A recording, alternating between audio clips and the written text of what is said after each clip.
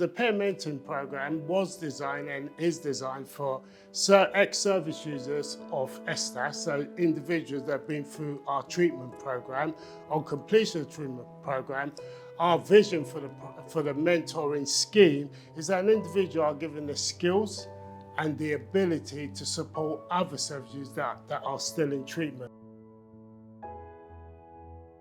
So my recovery journey has been quite complicated, and it's basically been long term. What I've found is that I'm constantly learning, and every day is a school day, that old adage, because from where I was about 7 years ago, which is at my personal rock bottom, I feel that I've learned so much, and I see what Turning Point is doing as SDAS in helping people in recovery, and I think it's absolutely crucial, because I don't think there's enough exposure out there, and I don't think recovery historically has been visible enough, and I think that's really important, because I think there is a huge stigma surrounding, less so with just sort of general mental health, but certainly with addiction and substance abuse, or substance use, there is this kind of pervasive stigma whereby you can feel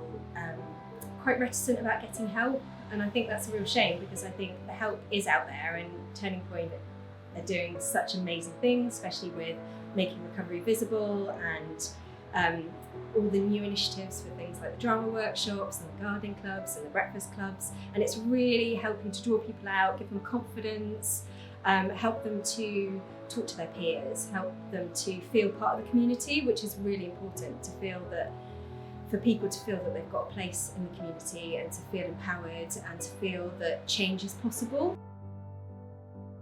What they bring to our work, the value they add to the work we're trying to do, money can't buy. So for instance, the experience, knowledge of going through the same treatment program, going through the same addiction themselves, you can't buy that, you can't train that to staff.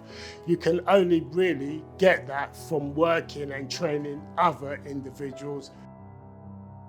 I started taking heroin and crack cocaine when I was 18, all the way up until I was 42. I've been into rehab twice, but it didn't work. I wasn't ready for it, it was for the wrong reasons. And then I've been in and out of jail a few times, and then I got a big sentence, 4 years for selling heroin and crack cocaine. And while I was in jail, that's when I realised that I'd had enough of that life. I didn't want to be in and out, and I got my kids. And in the meantime, while I was in jail, I lost my son for 8 years. I hadn't seen him, and I've got my relationship back with him. I see him now when I want. Prior to me coming out of prison, for the last 3 months I was doing peer mentoring, and that's what made me want to do it when I got out. So when I got out, come out to a grandchild, and I've got another one on the way. And yeah, I've not lapsed or anything. And I went to Nelson's Trust, put me onto SDAS, because they was going to do a peer mentoring course, but they're still waiting in October, so they sent me here. And I come here, seen Gail. She done my risk assessment and said I think you'd be a good candidate. When we talk about graduation, it's less about individuals getting a certificate of achievement. It's about celebrating recovery.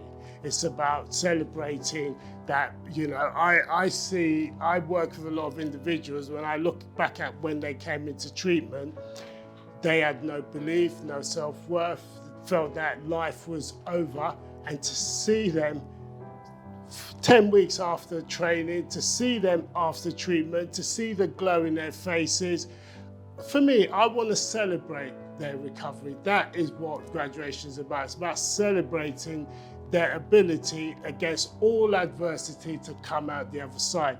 But also the graduation event is a beacon of hope to others who are still in treatment. So for me, the graduation day is about the peer mentors who just finished our training program, about to embark on this new venture of their recovery. But it's also an opportunity to bring in the current service users to attend those celebrations and show them that there is life and hope. And when there is hope and there's belief, we are strong and we can achieve.